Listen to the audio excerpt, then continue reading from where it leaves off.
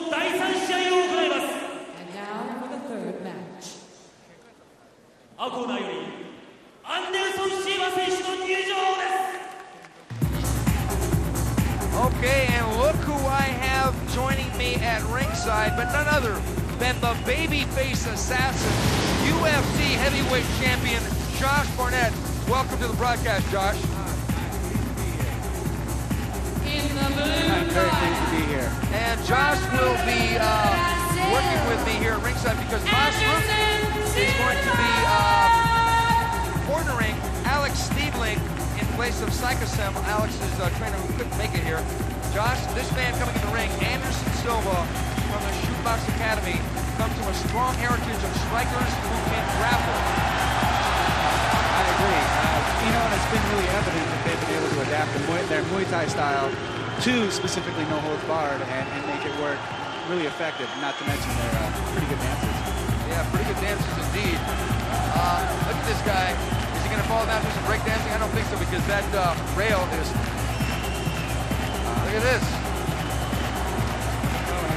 Go, Anderson. It's your birthday. Well, that's a great warm-up. Instead of maybe doing a wide crew, you could do the Michael Jackson. Why not? Anderson Silva ordinarily competes at 170 pounds, and he was the first man ever to beat Hayato Sakurai and take away his Shuto title. They say he's got the best jab in mixed martial arts. And, you know, I would almost be inclined to agree with him because that jab of his caused a lot of frustration for Sakurai and could cause even a lot of frustration for Stiebling because even though he is moving up in weight, he has very long arms and is really pinpoint accurate with that jab. There's been a lot of excitement about this man fighting here in the Pride Fighting Championships.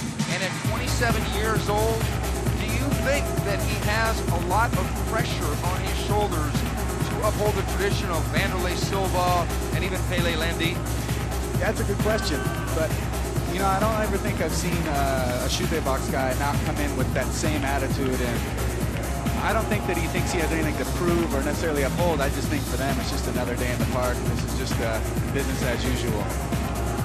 His trainer, who was in his corner tonight, Josemar Pedrigo, said that Anderson Silva is the best technician at the Shootbox Academy, and that's saying a lot.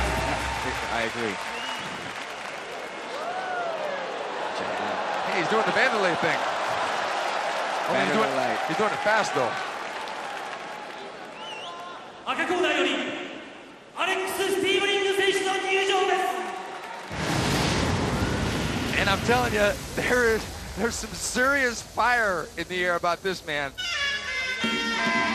Uh-oh! Am I in Bangkok or am I in Tokyo? Oh, uh-oh. He better step in the ring, huh? He's coming out to Thai classical music. Obviously a tribute to his trainer, Psychosem, who's not here, but Masrud is. And look at him. He's coming out with a wide crew. He's got the robe. He's got everything. He is geared to go. Maybe we're going to see kind of a Thai fight out here if maybe he wants to keep it on the feet the whole time.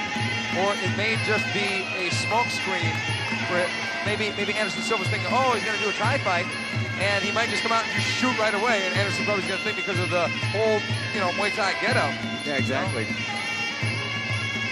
Alex Stiebling gave himself the nickname in the last Pride Fighting Championship of Brazilian Killer, and he came out with a t-shirt with all these red handprints, this orange hair. He had on the back of his t-shirt, "Voice Move." And I think that really riled up the entire country of Brazil. And now, his next fight in, he's fighting a guy from Brazil, but a striker.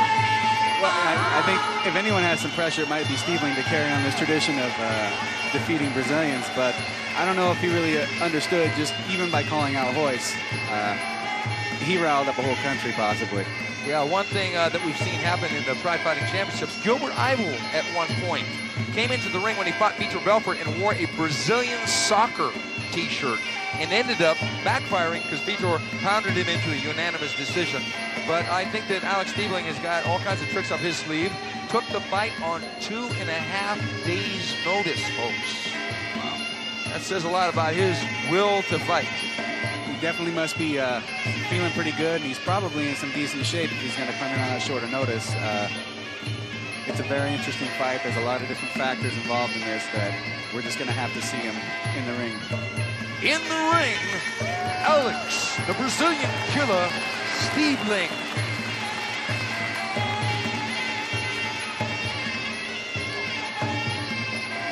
Is he gonna do a wide crew? Nope.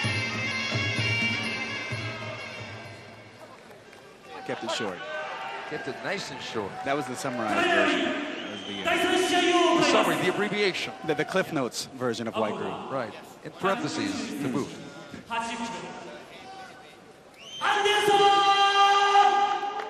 Anderson Silva came into this fight at 187 pounds. He's as lean can be, Josh. Yes, he is.